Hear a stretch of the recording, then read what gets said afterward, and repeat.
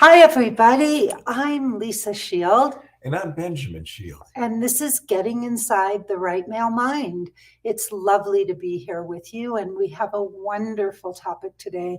This is one of Benjamin's favorite subjects, which is why I chose it. I thought it would be wonderful for all of you to hear his thoughts about curiosity and how it didn't kill the cat.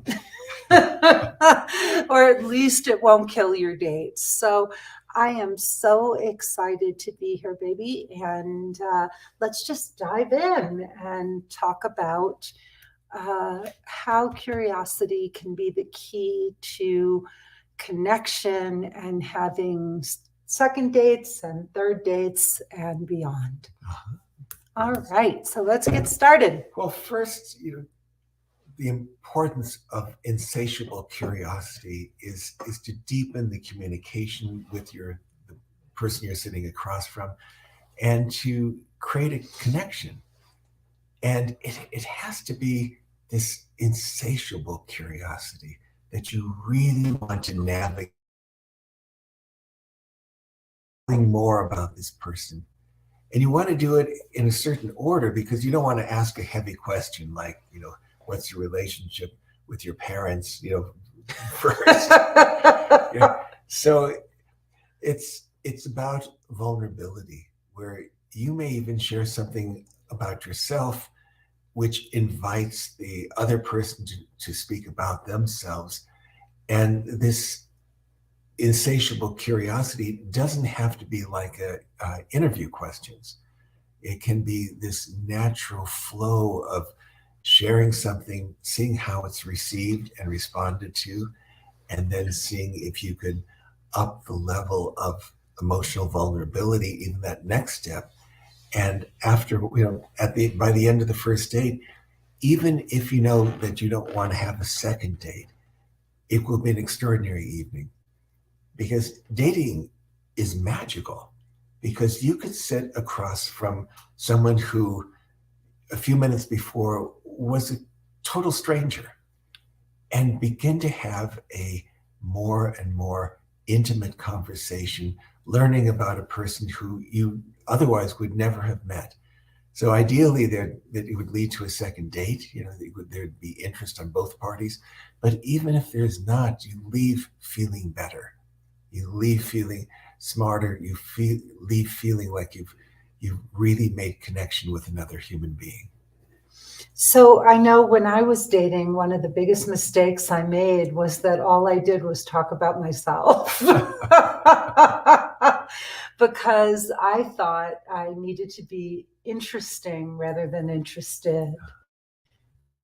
Mistake for much of my life. I think that it wasn't until I read Dale Carnegie, How to Win Friends and Influence People, that I was like, oh, duh, like people want to talk about themselves. They don't necessarily want to hear about how fascinating I am. They want to fascinate me. Right, and some people default by not asking questions and letting the other person just go on and on and on.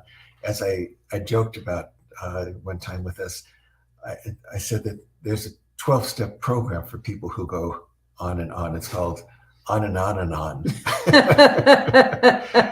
And some people are, some guys in particular may be very shy to ask questions, or they may be very respectful.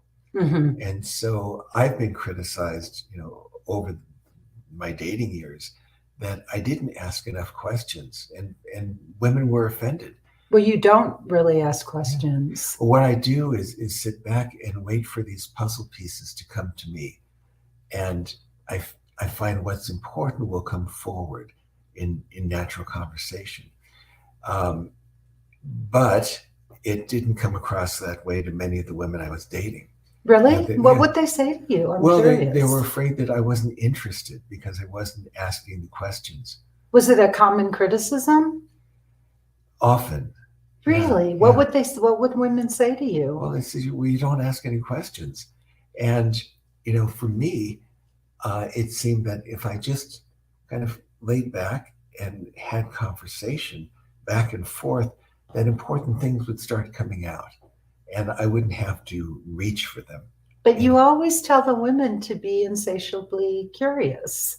I do. And if I were dating now, all these years, decades later, um, I would be much more insatiably curious Mm-hmm. because I realize how much it means to the other person Mm-hmm. to show a real interest rather than just sit back and just wait for things. Mm-hmm. So that was some emotional growth. Yeah. Well, and my emotional growth was to not talk so much about myself and to be more curious about other people. It's a funny thing dating because we don't really know a lot of these things. And they're skills that need to be learned for many of us and practiced and perfected. It's not just being curious. Some people may, listening to this, may think, well, I do ask questions and, I am curious, but it's also, as you said, the order of the questions and the quality of the questions we're asking. And the sincerity of the Mhm. question. And the sincerity. One of the things we talk about in my 12-week emotionally naked dating program is how you don't want to go on a date and be like a stone skipping across the surface of a pond, asking random questions that have no connection to each other. But, oh, where did you go to school? How many siblings do you have? Where do you work? Where did you go to college? Whatever, things like that, just one random question after another. What we suggest with the women in the program is to take one subject and go deeper. So maybe we could model that for a second, That would if be you don't, great. if you don't mind. Yeah. Okay. So I noticed in your profile you wrote that you are a kind of body worker, or you do a kind of manual therapy, physical therapy. It was kind of vague. I'm really curious about that. Call it manual therapy, which may sound very vague because I've studied so many things, and you take what's good and you leave the rest and you make it your own. So I don't like to go by any title because it would confine what I do and misrepresent what I do. But I love what I do. I'm passionate about it, and I've done it for over 40 years, and I hope I never retire. So when I read manual therapy, I thought that maybe you were like a fancy massage therapist, not to be. So I'm really curious, when you chose that phrase, what were you thinking? Well, I was thinking that it would lead to more conversation. Oh, That there's no way to really describe it, in a profile. Mhm. And do you ever get body work? It's so funny. I have not gotten much body work, and by and large, I've been very healthy. I don't have many issues, but I did fall off a horse when I was a kid at summer camp. So I do have some residual pain from that. They told me it was going to get worse as I got older, and they were right. Wow. Well, maybe as we get to know each other more, I can see what I can do to help that. Really? Yeah. Is there stuff that you could do for my shoulder that might help? Well, there may be, and we'll see what's going on. And I'd love to ask you questions about that. And maybe on our second date. That sounds kind of sexy. So we took one question and we made a whole conversation out of it. And this is what we encourage the women to do in our course. If a man, maybe she doesn't love fly fishing, I always think of that for some reason as an example, but there are men who really find solitude and beauty in fly fishing. It can be an art. If you saw, what was the Robert Redford movie? A River Runs Through It, right? Yes. Wasn't that the name of it? It was with Brad Pitt. Oh, was that Brad Pitt? Yeah. Yeah. Okay. So not Robert Redford, but Brad Pitt reminds me sometimes of a young Robert Redford. Anyway, I was curious. uh, it was such a beautiful film, and it was a subject that if somebody had said to me, "Oh, fly fishing on a date," I would have inwardly rolled my eyes. But once I saw the film and I saw these beautiful images of him, waving Right. the rod back and forth in the sun on the water and glinting off of the what do you call it? The not the reel, the not the thread, but the The twine. What do you line. call it? The line, Uh, the fishing line. Yeah, it's a little early for me still. uh, I might need another cup of coffee. But it was so beautiful, and I could just imagine if I met somebody who on a date who loved fly fishing, I would run with it. right. And it's not just running with it to placate the other person, Right. to make it, but you will leave saying that, as you just said, I had no idea that there is so much beauty in Mm-hmm. something that I just thought was kind of a throwaway waste of time. Yeah, or mountain biking or off-roading. I mean, there are sports that men are passionate about that I, first of all, have never met anyone who does those sports. But if I was curious about that, if a man had a passion for something and I was willing to explore it, I could learn about that sport, maybe even become interested. It might not be something I would ever want to do, but I could go and sit and watch and support a partner in doing those things, and maybe find some enjoyment just in watching my partner enjoy those sports. Yeah. Yeah. Yeah. So there was a Harvard study I was reading about in medium.com, and one of the things that they said, it was secondhand, so I haven't looked up the study myself, but what the author said was that the thing that made people most attractive was curiosity and asking questions. And if you ask questions that brings up the passion of the Mm-hmm. other, whether it's mountain biking or fly fishing or their career, Mm-hmm. it brings passion into the conversation, into the Right. date. And that's what people are looking for, passion. And when one thinks about all the boring dates and the serial dating, it's often passionless evenings. Right. So if one can stimulate the conversation with their own passion and eliciting passion from the other person, that's a out of the park date. It really is.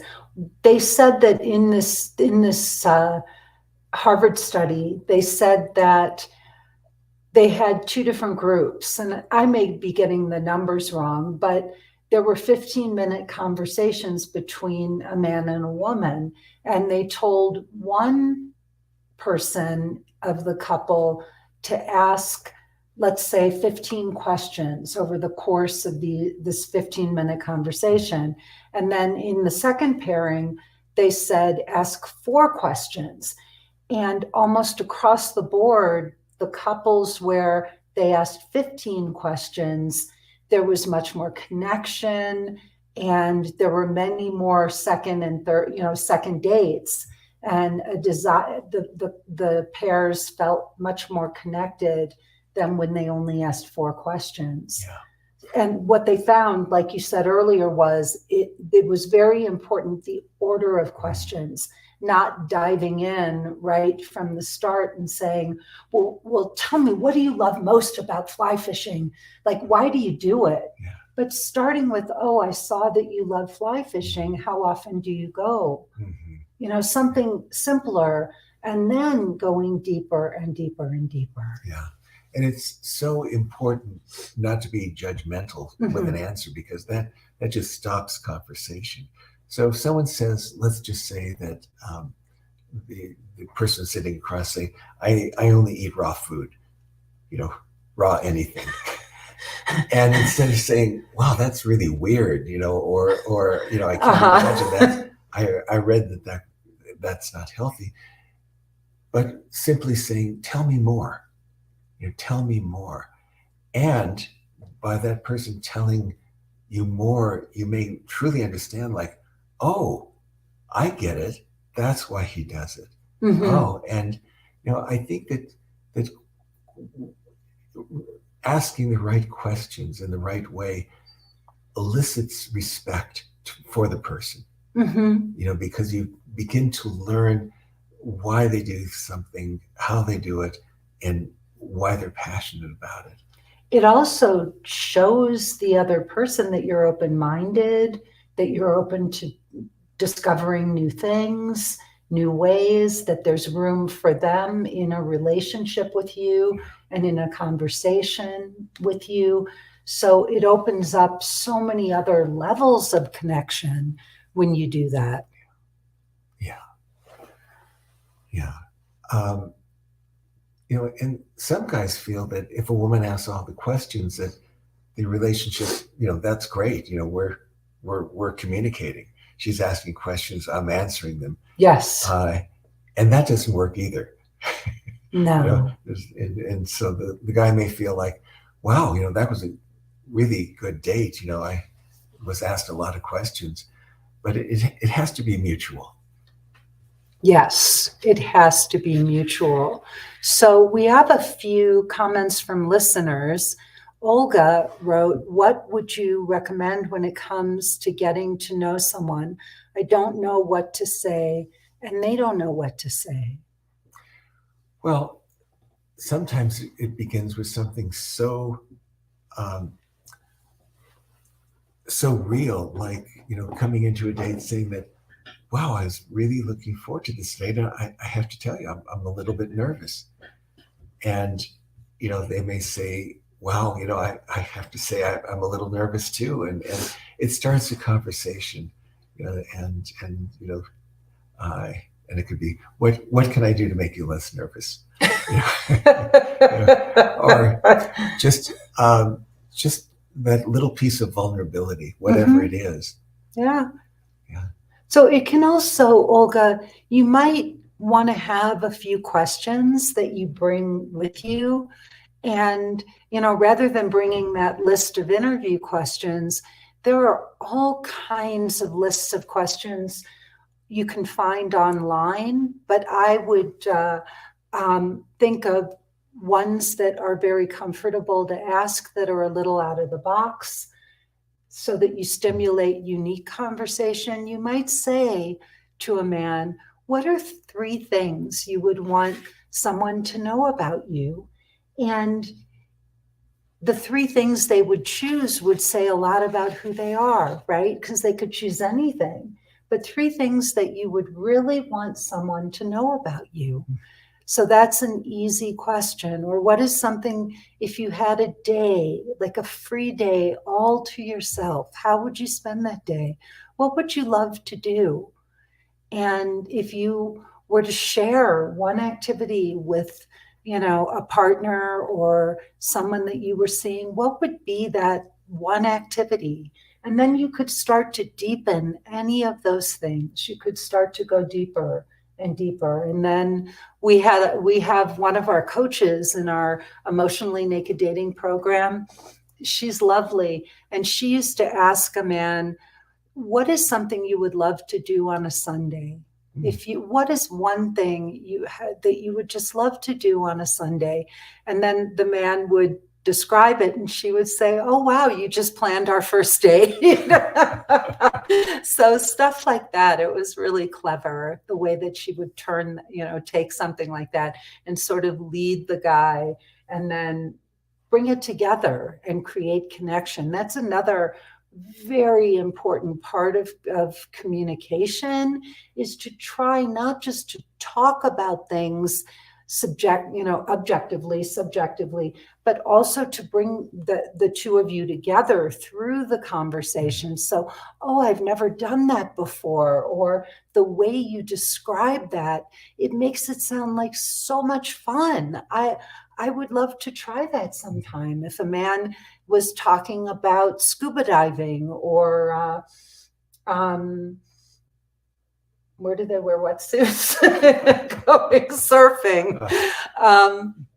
you might not have ever thought about surfing before or scuba diving, but if a man started to describe his passion for one of those sports, you might say, wow, if you ever felt inclined to give me a scuba diving lesson, I would love to try it. And it's then you don't just have this conversation where you're asking questions, but then you bring it together. Or, wow, I've never been hiking in Malibu, and it sounds like you go there all the time, and I've often wanted to go. I would love to go on a hike in Malibu. So already you're planting seeds for another date, and you're giving a suggestion so that this man is like, oh, okay, if I ask her on a second date, she won't reject me. And I know she wants to go hiking in Malibu. So there you go. It's really a good thing to make it easy for a man to ask you on a second date.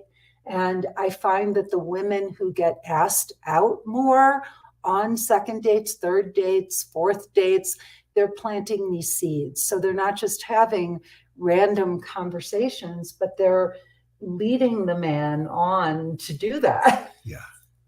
It makes it easier. Yeah. And there are the cases where a guy may just sit there and talk about himself for yes, like an hour and a half. And it leaves no space for conversation, for questions. And what may be appropriate is to lean forward, even touch the person's hand and say, may I pause you for a second? I love hearing all about you. And I wanted to ask you if there's anything you'd like to know about me. Well, and that's a little broad, babe. I think that that's a really sort of showstopper question because it's so open. And it might even be, if I could say, more effective to make it a little bit more specific, like to say, oh, I loved hearing about your travels to Southeast Asia. And I actually went with my grandmother to Hong Kong back in the day, way before people were going. She and I actually went to Hong Kong together, and it was an absolutely amazing trip. I'd love to share a little bit about that. So if you ask too broad a question, or what do you want to know about me? I think that's so broad that a guy is kind of going to be a little lost with that. So if you do pause a man, it's very important to prompt him a little bit and guide him. Yeah. And it can be very important to pause him and prompt. Otherwise, it's just, and we've heard it many times from women going on a date and saying, all he did was sit there and talk about himself. Well, men would have said the same thing about me. So, I hear women say that, and I'm like, guilty.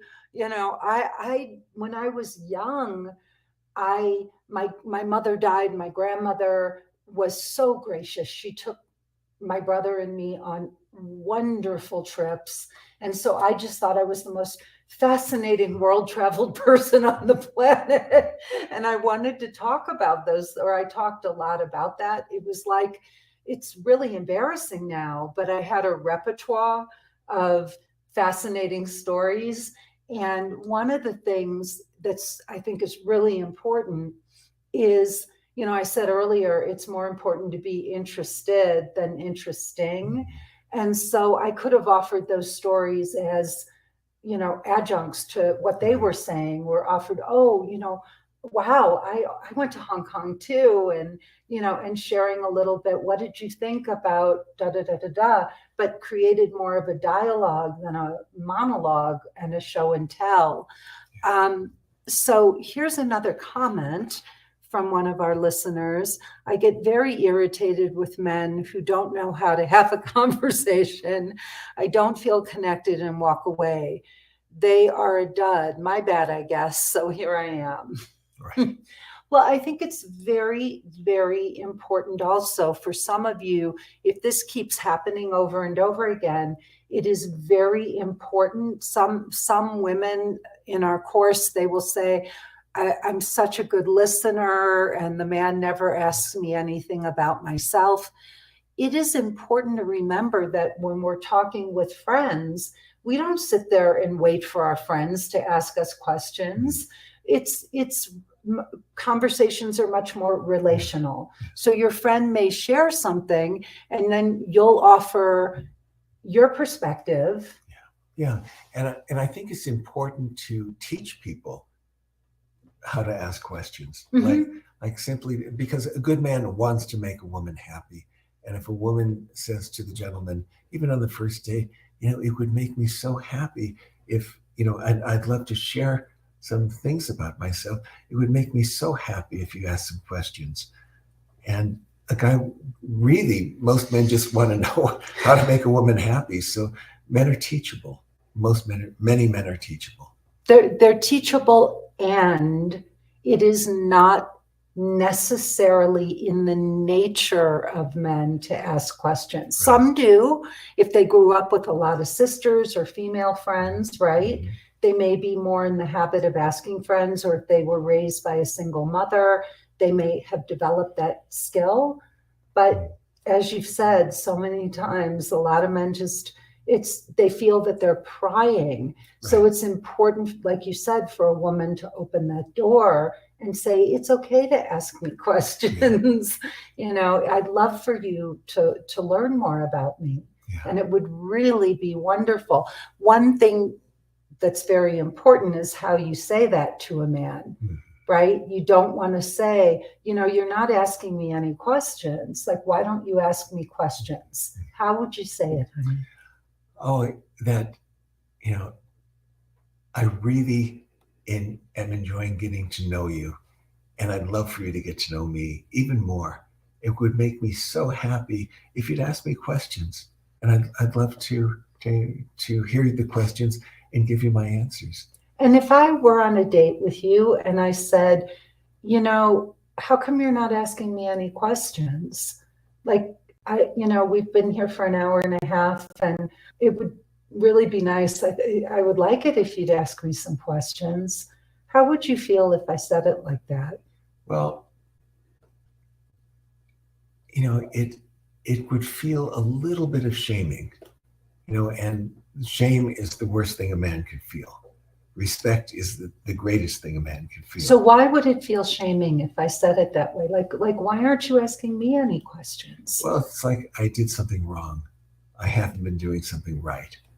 And so, as opposed to, it would make me so happy, if you, I'm really getting to enjoy getting to know each other. It would make me so happy if you would ask me the questions things you may want to know about me. I'd love to share them with you.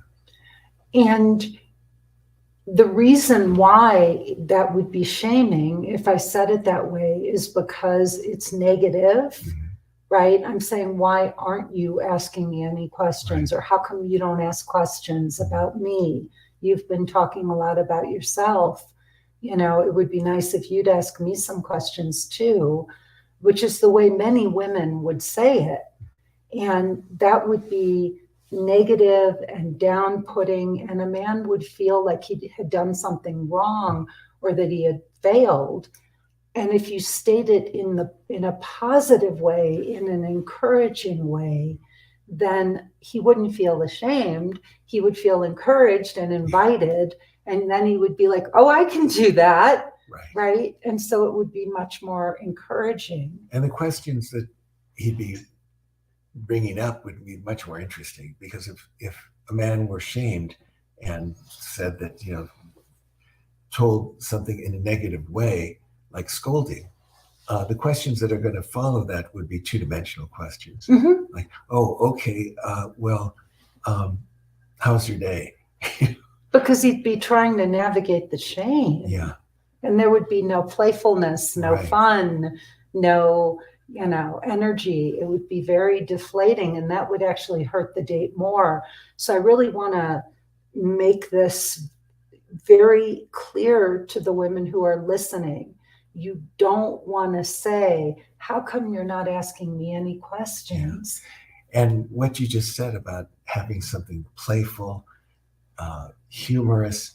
I really want to emphasize that because, what both partners are looking for in a long-term relationship or forever, happily forever after relationship is playfulness, Yeah. is having fun.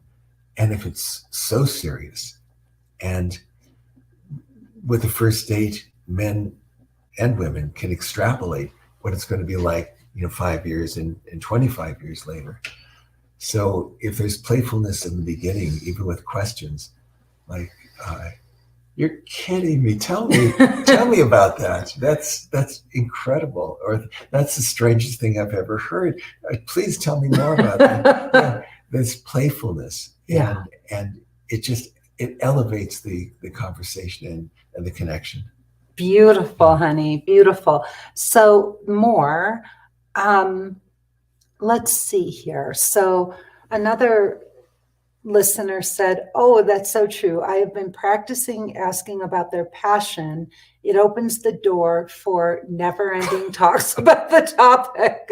I am dating a guy who is passionate about skiing, and I have never done it. He offered to teach me. That's so Oh, beautiful. Thank you for great. sharing that. Wow, really, really wonderful. And Olga asked again, what's the difference between having a dating conversation versus all other conversations?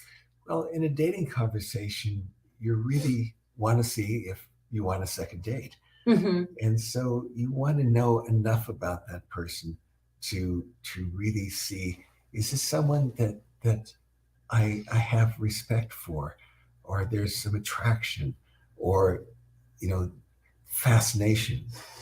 And so the questions are to navigate that, to see if there's a second date. You went on a lot of first dates, and no second dates before, almost no second dates before you and I met. Um, and I think with what you know now, you'd probably would have had more second dates, just because you could find a way to navigate into what's fascinating and what you would respect about that person. Can I say I doubt it? Okay, good, please. Yeah, I just didn't find very many men who were I might have had better dates, and they may have been more interesting and all. I may have even made some friends. There were very few men who had the level of consciousness that I was looking for. And you know me, I'm like that. Like that's something I really wanted, a man who had done his work. In my lifetime, in my life, I'm trying to think about the number of men that I've met who are truly not just conscious, woke, present, emotionally available. There's so few.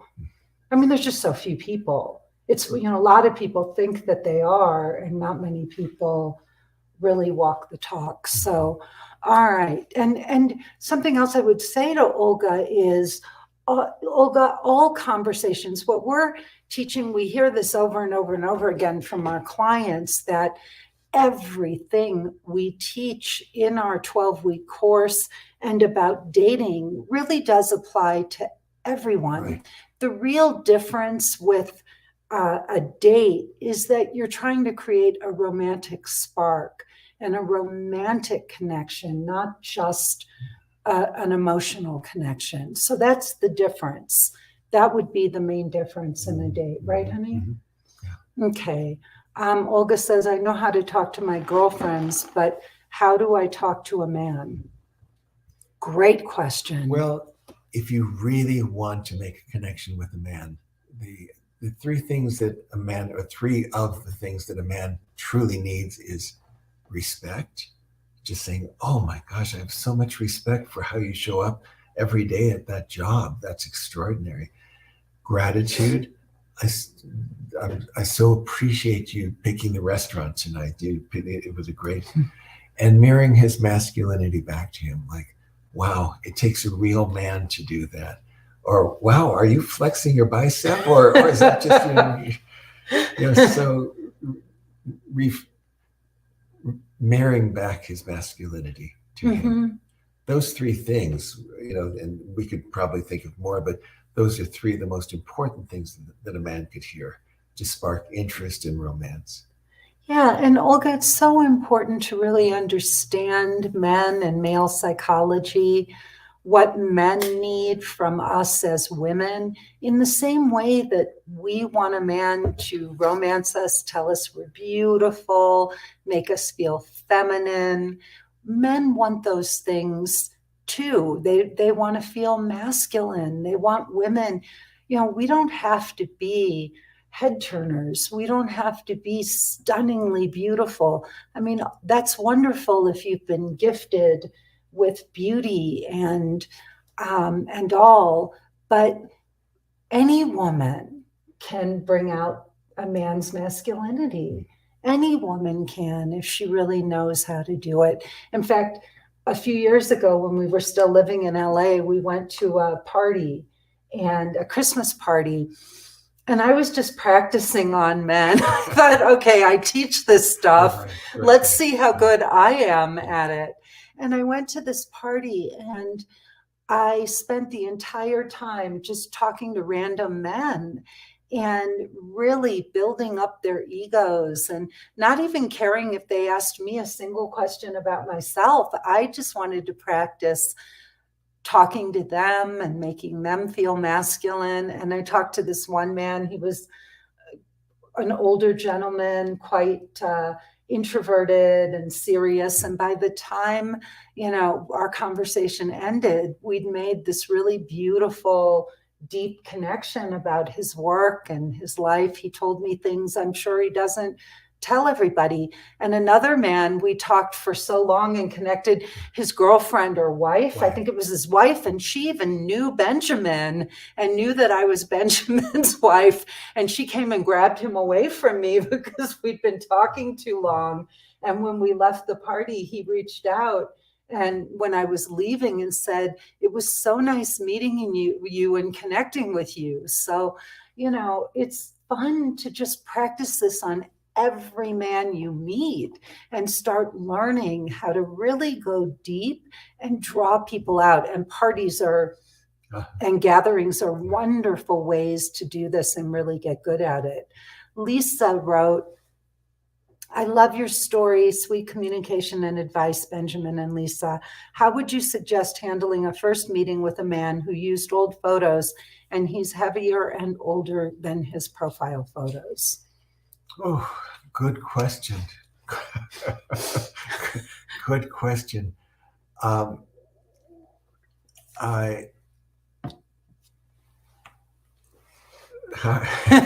first of all, I think the secret ingredient to anything to do with men and dating is compassion, and to understand that as much as you may feel in that moment like, wow, I've really been duped, and your first the very first feeling you have is, oh my God, this is a waste of time, and how do I get out of here? The first thing is just to take a deep breath and have compassion, because somebody who is being deceptive, I want to share a story, actually. So I had a woman, and she was in the military, who came to see me. This is when I was back doing one-on-one coaching. And she came in, and I said, well, let's look at your existing profile and pictures. And when I saw her photos, I said, well, how recently were these taken? I said, it looks like these might be a couple years old. And what she hadn't really realized was she had been injured, and she had put on a lot of weight.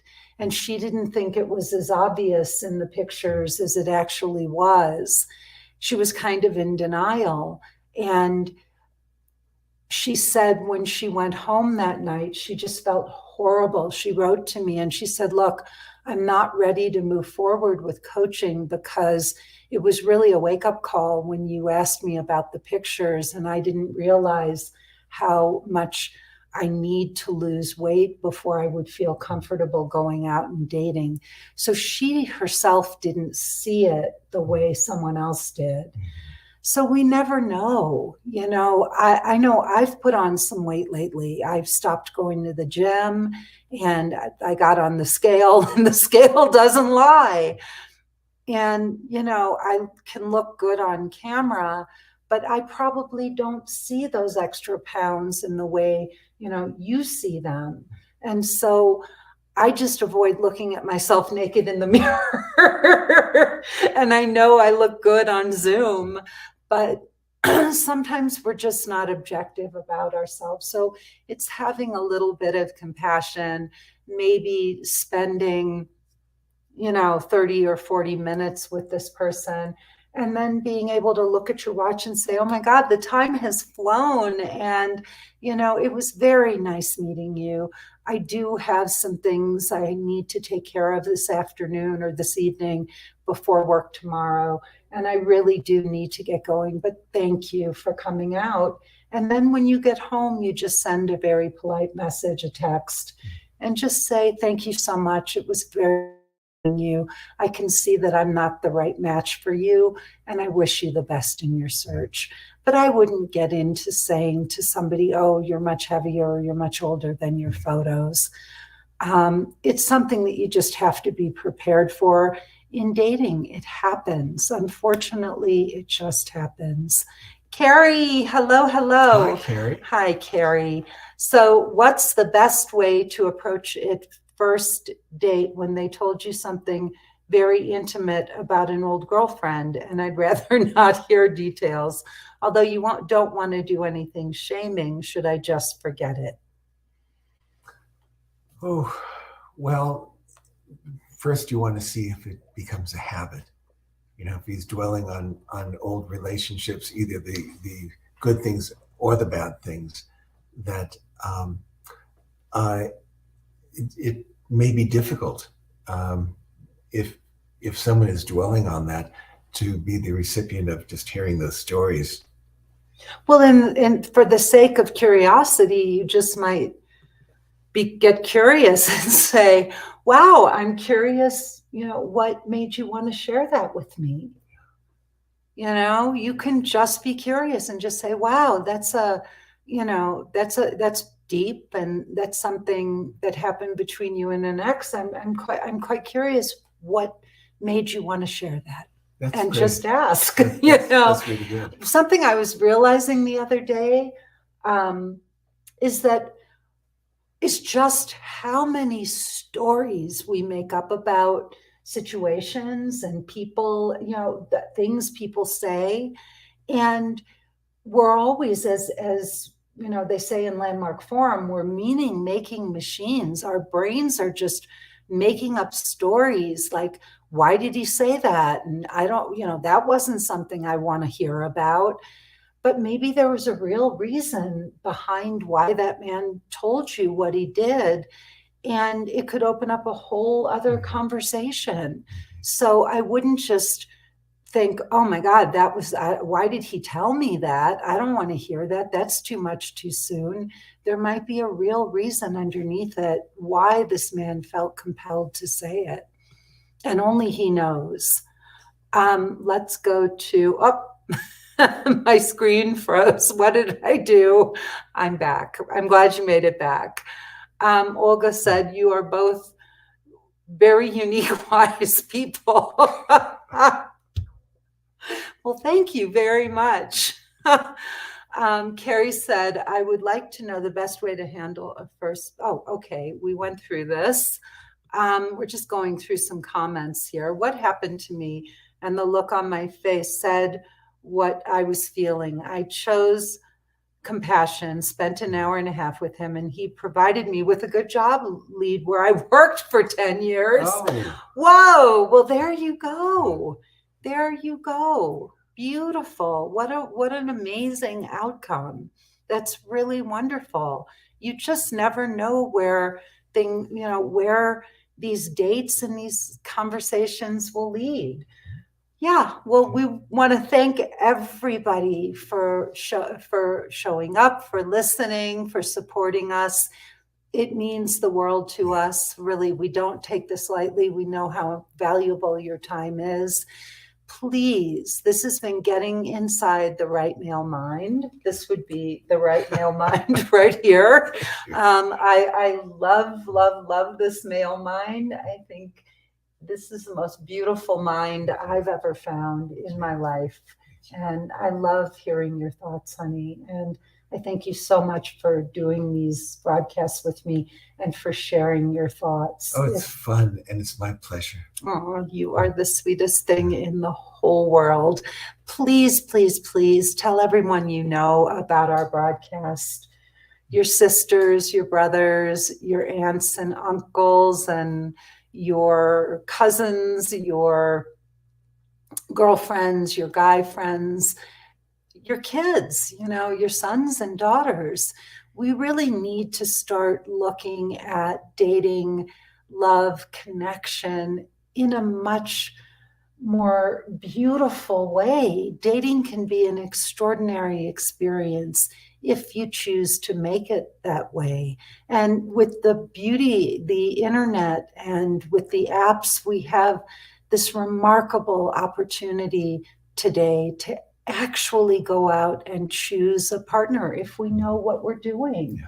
We have the opportunity not just to date the people who are in our closest circles, but to meet millions, to connect with millions of people. I would have never met Benjamin. Never in a billion years, our lives, the chances of our lives having our paths having crossed would have absolutely been zero to none. When we were in Los Angeles, right? We were living 45 minutes to an hour apart, and the chances of our paths crossing would have been almost nil. So the internet helped connect us. It can help you connect with some wonderful people. Don't expect it to happen like that. Know that you may have to invest some time. Do not go into internet dating thinking that you're going to meet somebody immediately. It can happen, but more often than not, it really does take time. And be willing to go slow. Be willing to get to know people. Be willing to grow through this process so that you can open up more, so that you can make better connections and actually choose your next partner. So please go to lisashield.com, click the button to watch my free 45-minute presentation. Stay to the end if you'd like to talk to a member of my team or me about how you can participate in our 12-week emotionally naked dating program that Benjamin helps us with. He writes the profiles for the women, and he comes on all of our Q&A calls. So if you like these broadcasts, imagine what it would be like to work with us directly and learn even more. You will get so much further faster if you have coaching and support and a proven process for getting this solved. Also, please go to my YouTube channel and like it. Give us a thumbs up on Facebook or a heart. We love seeing that. And finally, just send us your topics and your suggestions to podcast@lisashield.com. You can also rate and like this podcast. We listen to all your comments and all your suggestions. If you like us, let us know. If you don't like us, let us know. I don't for a second think that everybody is going to love these broadcasts, but if you don't, let us know so we can make them better. If we're annoying you, we want to know that too. All right, everybody. Thank you so much for being here. I'm Lisa Shield. And I'm Benjamin Shield. And this has been Getting Inside the Right Male Mind. And if people have suggestions for podcasts? Yes, I said, send it to podcast@lisashield.com. Perfect. All right. Enjoy the rest of your day. Bye-bye. Wonderful. Thank you. Bye.